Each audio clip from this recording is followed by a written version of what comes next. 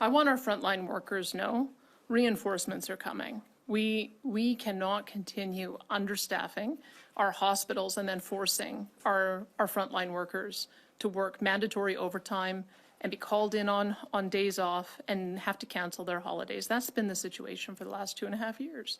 And a lot of that problem was created by policies at Alberta Health Services of having mandatory vaccinations. So it prevented us from being able to hire back everyone who had been let go up until about 2.5 months ago when Cabinet directed them to end the mandate.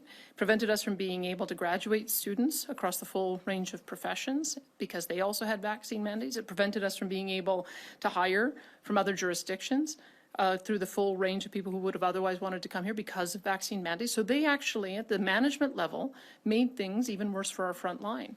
And when you see that kind of poor management, especially since the Premier gave them direct instruction, I remember this very clearly, because everyone said, okay, well, if this is about saving the healthcare system, let's give them the time, let's give them the money, and let's let them do it. He gave them direct instruction to increase surge capacity by 1,100 beds.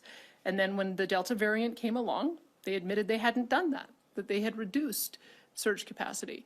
So this is a management problem. It is not a problem with our frontline workers. Our frontline workers need to be supported. And when it happens in a business, when they fail to meet targets and they fail to meet direction, you change the management. And so that's what we're going to do. We're going to change the management.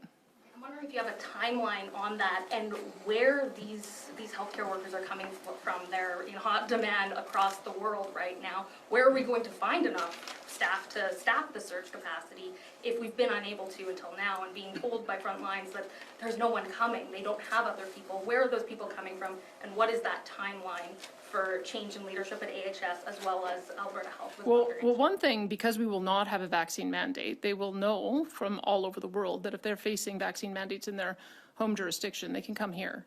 We will have a process as well to be able to recognize credentials. I have an excellent citizenship and immigration minister in Casey Madu, who I've talked many, many months about how we would be able to do fast track recognition of foreign credentials, and we will do that. We also have some wonderful colleges like Maccabi College that graduates 4,000 LPNs and nursing aides every year. Half of them go to the United States. We're going to encourage them to stay here.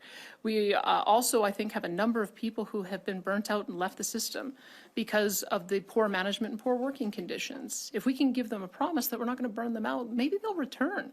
Maybe if we show some respect for our frontline workers and show how much we care about their working conditions and the quality of life that they have, maybe so many wouldn't leave in the first place and others will come back in.